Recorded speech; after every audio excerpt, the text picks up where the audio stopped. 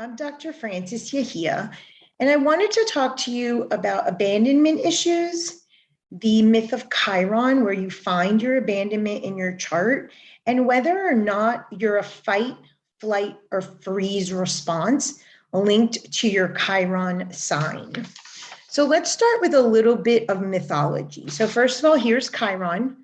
Notice that he's in the symbol of a key, and he is the master key to our psyche and our subconscious. And you'll see a little bit in the mythology, and I'll share with different variations of how he shows up in myth. So Chiron is a centaur. So centaurs are half animal and half human. There are two levels of centaurs. There are low-level consciousness centaurs like Pholos and some of his other friends that were like assaulters and drunks. So it indicates our low-level consciousness, usually linked to our lower nature or our lower chakras, that we're more animalistic and desire-based. The higher aspect refers to Chiron, who is the highest vibration centaur. He was the teacher of the gods. He had knowledge and wisdom, and he would teach the gods' children. So this speaks to the both levels of consciousness that we have in our psyche, and it's important to know that we have both.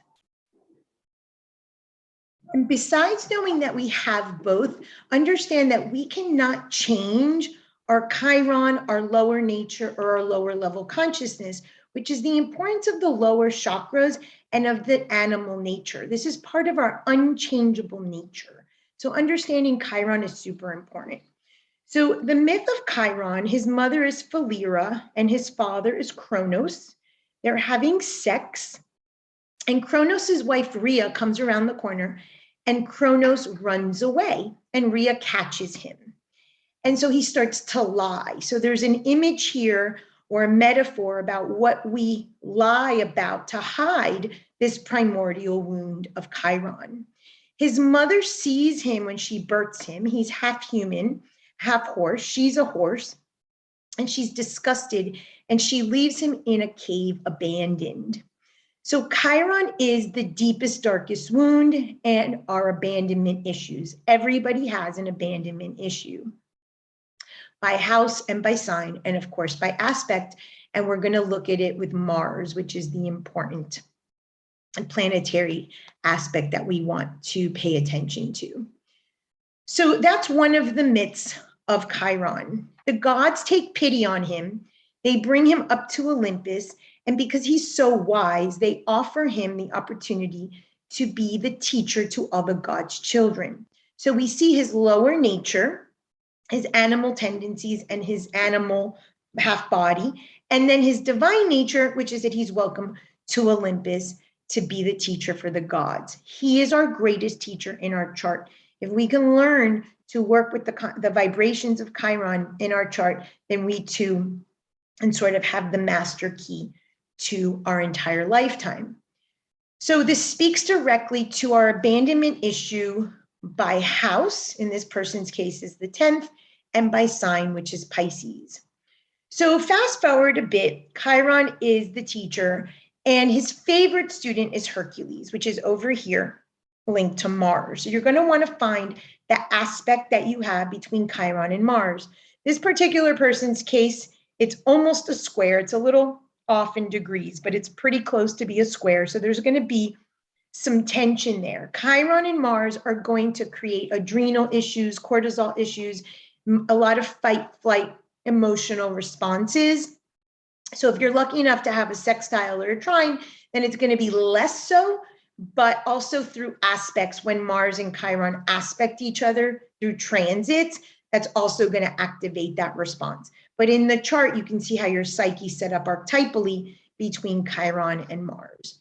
So Hercules is told that there's going to be a wedding and the bride is going to be raped.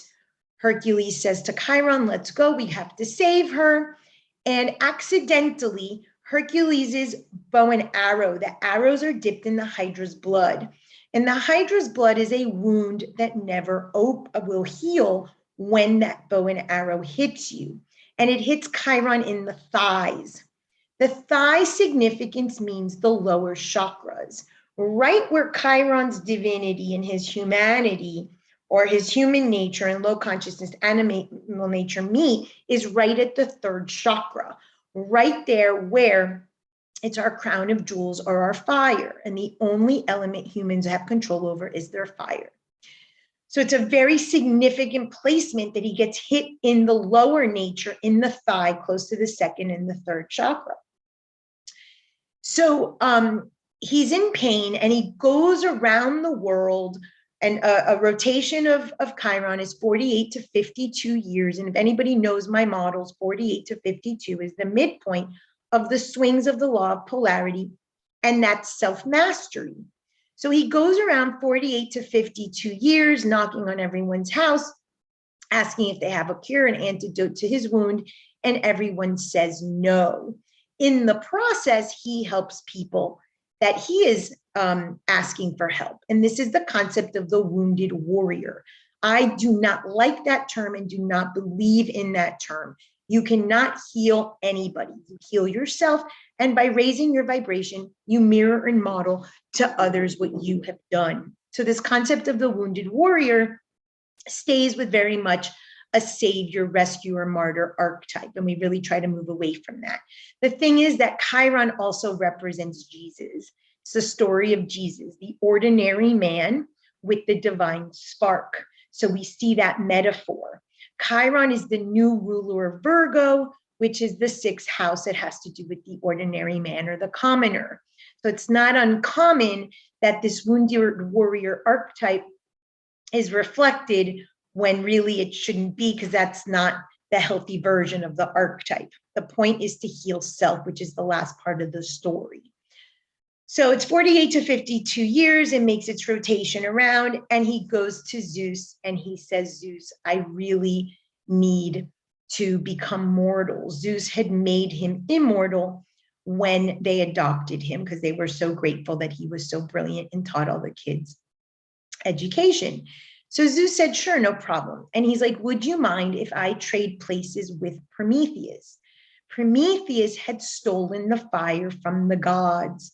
The gods punished Prometheus by attaching him to a rock and having a vulture eat his liver every day and every night, because he had to be punished for stealing fire from the gods. The fire element is the only element that we as humans have control over. It's the element of choice. It's the element of free will. And the gods thought that if Prometheus gave that to us humans, then we too can turn into gods. Fire means transmutation. Fire means belief change. If we are capable of healing or understanding and turning that around and making ourselves mastery instead of a wound of abandonment with our Chiron by sign and house, then we too would stop the cycle of samsara, of reincarnation, and we too would become gods. And the gods did not want that. So he took Prometheus's place, and he indeed lost his immortality and he died. And the point is that we have our entire lifetime to raise consciousness. But the point is that we have to find the solution. Chiron went to Zeus. He offered him the solution. He said, this is what I need to do to heal my problem. So the answers are inside. The other thing is that we need to let go of the body in order to ever heal the wound. In my first book, The Seven Gates, I use the word healing the subconscious issues, although healing really isn't the right word. It's more like scarifying, where the wound gets so scarred down, almost insignificant, because you have a new belief system and a new understanding and wisdom of self. So it's not until you are immortal, you lose the body, and your immortality, which is your energy, transcends the form, that you actually can, quote unquote, heal this. So it's not fair to say healing, although we use this term a bit more loosely than perhaps we should. So in my book, The Seven Gates, I talk about all the gates linked to the deadly sins, or the Hydra heads. It's from a myth of Sumeria, from Inanna. Inanna went to the underworld to visit her sister, and every veil that was removed took away an article of clothing. With every cycle around the zodiac, we're getting closer and closer to discovering our true self and removing these veils. So Chiron really takes us to that last gate, the seventh gate, which is the truth is that every single person feels abandoned.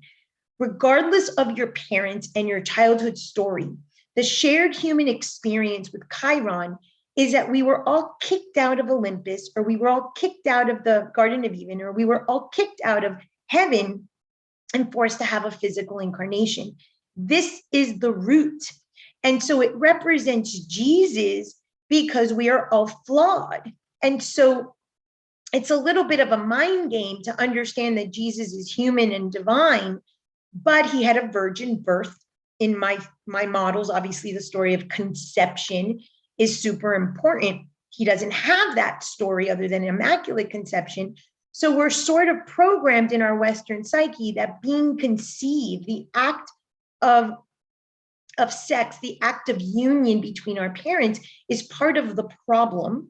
And that's where our deadly sins are stored, these impurities and pure thoughts that we think we need purifying through Chiron in our body. And so this sets us up for a bit of failure in the Western world because of this mythology. So the better point is to understand that Chiron is the Jesus story in the sense that we are divine and ordinary and extraordinary, just like Jesus. We're commoner men, but we have imperfections, and we're also divine spark, which is the free will and allowing ourselves to individuate and live the life that we're here to live. So in my model, the 0 to 100, those pendulum swings of the law of polarity keep us in a child script. In victim, we were abandoned, our needs weren't met, we didn't get unconditional love. But until we come back home to self, and it doesn't mean it only happens between the ages of 48 to 52, but in my theory, this is where most of us tend to sort of integrate and return home to start to dethrone our parents and really work through Chiron. But the more advanced we get, the more woke people are, the more people are studying astrology and Hermetic philosophy, the closer and younger we can get. But we do need some lived experience so that we can really understand that wound at a real deep level. And so 48 to 52 is symbolic of self-mastery, the neutralizer, equanimity, balance, contentment, which is written in the spiritual text, and also happens to coincide with Chiron's return between ages 48 to 52. So it's very marked. So this is related. Here you have Hercules and here you have Chiron. Why are these related besides the myth? Mars is the stress response or the fight or flight response of the ego. And so your fight or flight or freeze response kicks in when you're feeling your abandonment wound, when you think what I call FOFO, your fear of being found out. If someone would dare find you out, what would they know about you? So you kick in not only your Mars sign, but you kick in your fight, flight, or freeze response for Chiron. So the signs that fight are Aries, Leo, Scorpio, and Aquarius. So Scorpio could be more in a controlling, possessive way. Aquarius can be in a very intellectual way. Aries in an actual, maybe physical, violent way. And a Leo perhaps in a very dramatic way. So everyone's going to live it out according to their chart, but know that these are sort of grouped. Those are the fight signs. The flight signs, these tend to be more dissociated, are Gemini, Sagittarius, Capricorn, and Pisces. They tend to be more escapism, and these signs non-confrontational, and they like to run away. So therefore, they're the flight signs. And if your Chiron is in Taurus, Virgo, or Libra, then you tend to be a freeze sign. And the last freeze sign, I'm sorry, is Cancer. I had forgotten to mention that. So find your Chiron by house, in this person's case, the 10th, and by sign. So this person has it in Pisces, so their tendency is going to be the flight response, escapism, and then you look at your Mars, and like I said earlier, look at the dynamic or the aspect. In their case, it is a close square. This is at 18 degrees. This is at 25. So it's a little further than the 5 degree, but you start to see the relationship. Chiron is also related to the myth of Hephaestus. Hephaestus is the only god in Olympus that was kicked out.